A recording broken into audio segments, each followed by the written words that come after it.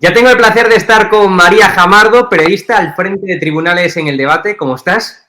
¿Qué tal? Me gustaría comenzar primero por un tema que ya llevamos varias semanas, pues contando los periodistas, ¿no?, en los diferentes medios de comunicación, y es, pues la validación de los candidatos para el Tribunal Constitucional, y que apuntáis desde el Debate, escribes tú en el Debate, que PP y PSOE se quedan solos en ese trámite, ¿no?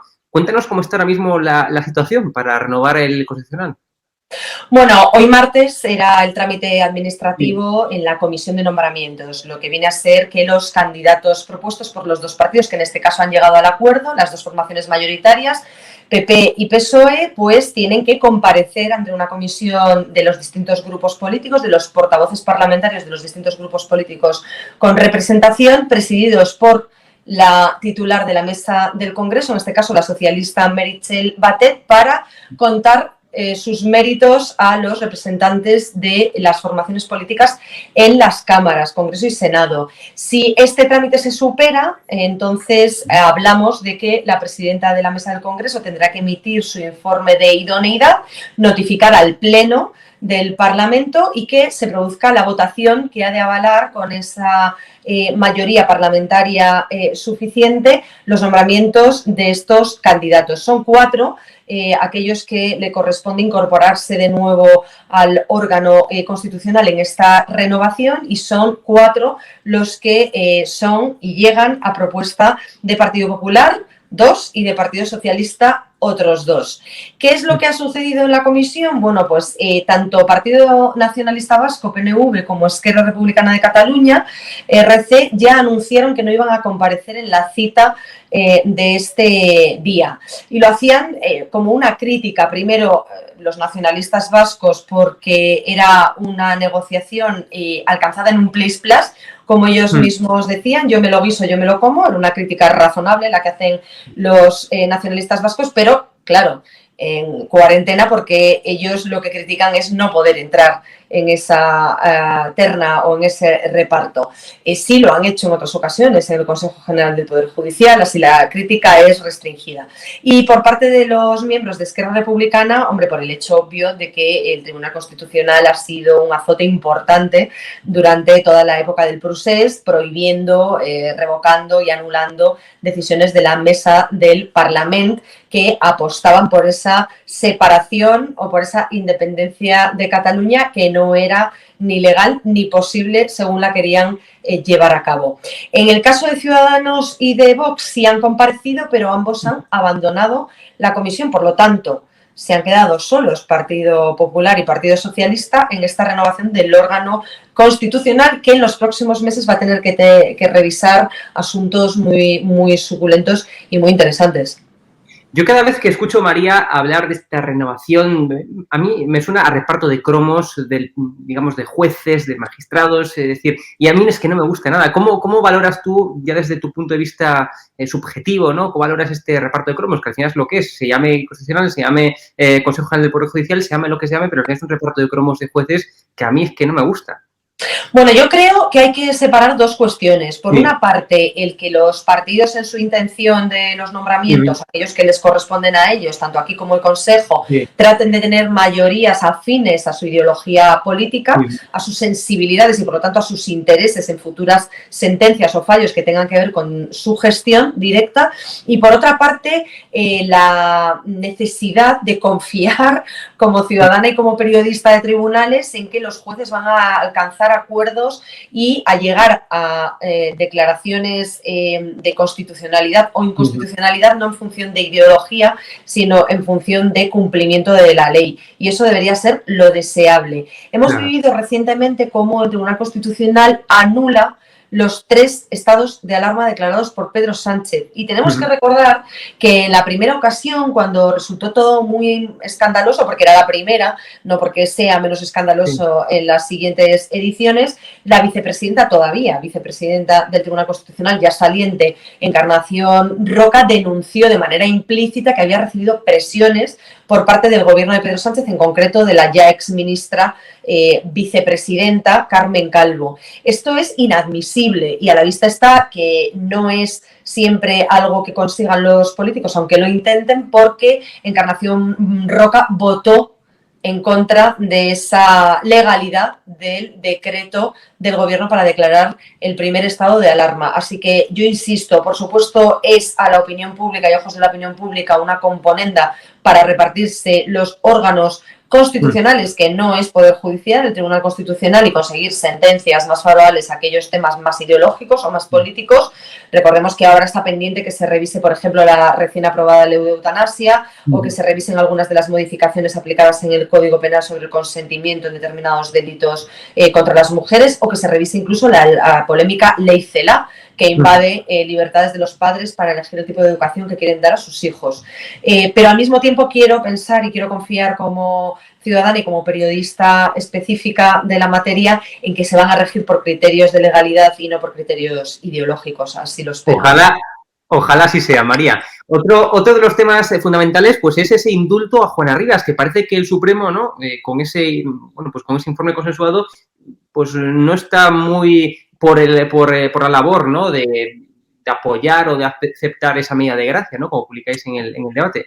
Bueno, a ver, yo estaba pendiente de esta cuestión porque efectivamente hay un informe de Fiscalía que es favorable a la concesión de ese indulto. Por cierto, hay que explicar que parcial, y me retrotraigo brevísimamente. Juana Rivas sustrae a sus hijos, a 2 niños menores, del régimen de visitas que se había marcado por parte de un tribunal de justicia, es decir, tenía que entregar en una fecha determinada a sus hijos para que pasasen un periodo de visitas con el padre de los niños, de los menores, con su expareja, y ella los sustrae, oculta su paradero durante bastante tiempo. Se produce una situación inédita y vergonzante desde el punto de vista del Estado de Derecho, en el que todos los líderes de todos los partidos políticos apoyan a esta mujer para que oculte a esos niños y les impida una relación normal con su padre, que por cierto no está condenado, como se ha apuntado por parte de ciertos sectores ideológicos de la izquierda en muchas ocasiones, por maltratar a la madre, ni siquiera a los menores. Y en esa tesitura resulta después, posteriormente, condenada por esa desobediencia a una resolución judicial. Es muy importante defender esto porque hay que lanzar un mensaje a los ciudadanos y hacer pedagogía. No se puede uno saltar la ley ni interpretarla según le conviene, ni por supuesto no ejecutar las sentencias de los tribunales, que pueden ser más o menos justas o que las consideremos más o menos justas, pero que en todo caso son recurribles cuando quepa recurso, y si no hay que acatarlas. Y como consecuencia de esto es condenada inicialmente a 5 años de prisión y el mismo tiempo para no ejercer la patria potestad sobre sus hijos y por lo tanto no verlos. ¿Qué es lo que sucede en una segunda revisión de la sentencia que se le impone inicialmente por la Audiencia Provincial de Málaga? Que el Supremo le rebaja esa sanción. De 5 años pasa a 2,5. ¿Por qué? Porque se entiende que la desobediencia es una, aunque los menores afectados por esas desobediencias sean 2. La Audiencia había considerado que por cada uno había que imponerle 2,5 años. Pero lo que decide el Supremo es tener en cuenta que es como una especie de bloque de conducta, y que aunque sean 2 menores los que están incluidos en esa privación al padre, pues que la madre lo hace en desobediencia de una sola resolución judicial. El tribunal sentenciador, que es el Supremo, ante la propuesta de indulto que hace el gobierno para esta madre malagueña, lo que tiene que hacer es pronunciarse y emitir un informe sobre si hay motivos jurídicos o legales que avalen esa amnistía o esa condonación parcial de la pena o no. Y lo que a mí me apuntan fuentes próximas al alto tribunal es que efectivamente la cosa está muy empatada, muy equilibrada, pero que es probable que a lo largo de esta semana se llegue a un consenso mayoritario para emitir ese informe, que por cierto es preceptivo pero no es vinculante. Es decir, si el gobierno está determinado a darle el indulto a esta señora, a Juana Rivas, se lo dará, igual que pasó ya con el tema de los líderes del Procés.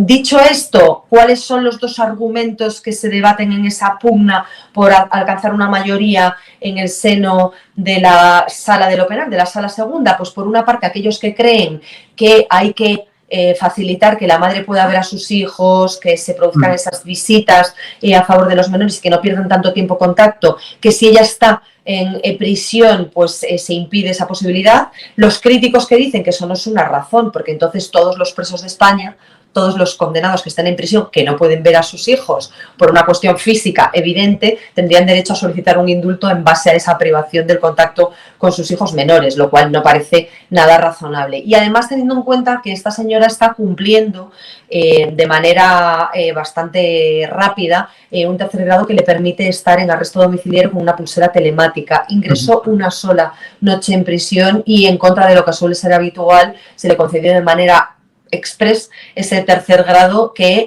su expareja y el padre de esos niños ya ha calificado en su momento, a través de su defensa, de inédito y de insostenible.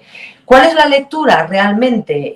Pues efectivamente que si el mensaje que lanzamos a cualquier padre o madre de este país es que cuando no le gusta una resolución judicial que afecte a sus hijos menores va a hacer o a tomarse la justicia por su mano, eso es perverso. Y luego lanzo una pregunta. Yo, que soy periodista y que me hago preguntas constantemente, ¿qué hubiera pasado si en el caso de Juana Rivas, quien sustrajo o quien se hubiese sustraído a esos menores de la compañía del otro progenitor hubiera sido el padre de la madre? ¿Estaríamos hablando de indulto? Yo creo sinceramente que no, María. Y una última pregunta, como colofón, Marlaska está pidiendo en estos momentos, ¿no?, que no se politice ese brutal asesinato del niño de 9 años en Lardero. Pero claro, nos tenemos que preguntar también, hablando de preguntas, pues yo me pregunto cómo dice esto cuando hace un par de meses, pues se sentenciaba, incluso antes de haber iniciado la investigación, pues el bulo del culo, cuando le tatuaron o supuestamente le habían escrito en los glúteos maricón a un joven, ¿no? Es decir, para unos casos no hay que politizar cuando les conviene y para otros, entonces sí que hay que politizar, incluso antes de que las investigaciones hubieran comenzado, como en el caso de Malasaña, en el bulo del culo.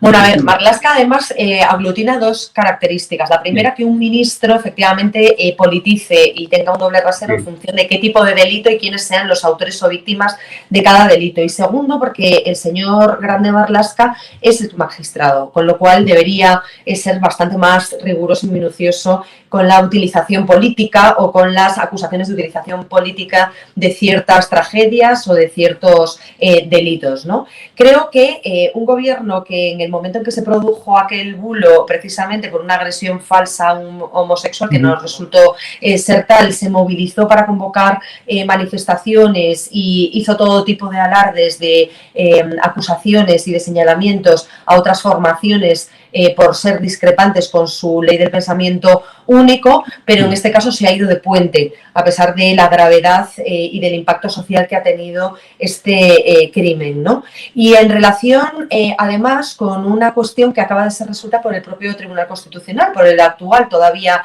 no renovado, que es que se ha avalado la prisión permanente revisable, a la que se oponían, por cierto, Partido Socialista, Podemos, Izquierda Unida y todos los demás partidos políticos del arco parlamentario, en contra de lo aprobado con la mayoría absoluta del Partido Popular de Mariano Rajoy. Mi pregunta es si no corresponde, cuando suceden este tipo de cuestiones, analizar los fallos, los errores o evitar que vuelva a pasar, porque es legislar en caliente y tampoco se legisla en frío cuando rayos se legisla. Y sobre todo, si, como dice Marlaska, en este caso se cumplieron todos los criterios legales y se ha producido este macabro desenlace, este terrible desenlace, este tristísimo desenlace del que como sociedad nunca vamos a poder compensar a esos padres ni a ese entorno, ¿no hay que cambiar la ley?